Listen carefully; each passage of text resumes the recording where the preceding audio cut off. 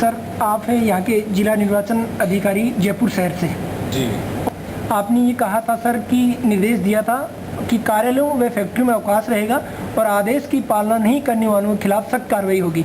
तो इसमें सर ये बताइए कि जो मतदान दिवस पर सरकारी उपक्रम हैं, सरकारी निकाय हैं या निजी निकाय हैं, खासकर बैंक हैं सर, तो क्या वो उस दिन खुले रह सकते हैं या सर नहीं रह सकते? इस संबंध में जो नेगोशिएबल इंस्ट्रूमेंट एक्ट है उसके तहत जॉइंट लेबर कमिश्नर को फैक्ट्रीज एक्ट के तहत जो उपक्रम आते हैं उन उपक्रमों में अवकाश घोषित करने के लिए अधिकार दिए हुए हैं और यदि उनके द्वारा उसकी पालना नहीं की जाती है तो जॉइंट लेबर कमिश्नर हैं और लेबर इंस्पेक्टर हैं, उनके खिलाफ प्रोसिक्यूशन की कार्रवाई कर सकते हैं।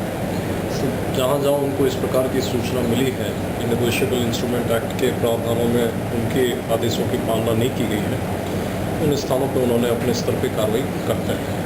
इसमें नेगोशिएबल इंस्ट्रूमेंट एक्ट में जिला निर्वाचन अधिकारी है वो अवकाश की घोषणा नहीं करते हैं, वो संबंधित प्राधिकारियों को लिखते हैं कि जो इसके लिए सक्षम प्राधिकारी हैं उनको अवकाश की घोषणा करनी है और उनको ये देखना है कि उसकी पालना होती है। यदि उनके द्वारा ये ध्यान में आता है कि उसकी पालना नहीं हुई है तो वो सक्षम प्राधिकारी जो जिस एक्ट के तहत जिसको बनाया गया है वो उसमें कार्रवाई करता है। लोकसभा चुनाव के तहत ही जो लोक प्रतिनिधित्व अधिनियम 1951 है की धारा 135 क्या है, उसमें मतदान के दिन कर्मचारियों को सवेतन अवकाश की मंजूरी है।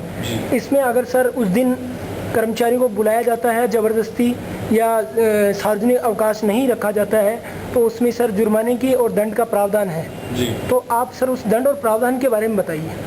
इसमें नेगोशिएबल इंस्ट्रूमेंट एक्ट के तहत उनके खिलाफ प्रोसिक्यूशन होता है। सर, आपके पास ऐसा कोई मामला आता है जो अधिनियम 1951 की धारा 135(3) के लोक प्रतिनिधित्व के अनुसार दंड का प्रावधान है, तो सर आपके क्या निर्देश व प्रावधान रहेंगे? उसमें हम सक्षम प्राधिकारी को भिजवाएंगे, तो सक्षम प्राधिकारी उसकी जांच कर यदि वो शिकायत सही पाई जाए तो संबंधित अधिनियम के तहत जो कार्रवाई अपेक्षित है वो कार्रवाई करेंगे। धन्यवाद सर।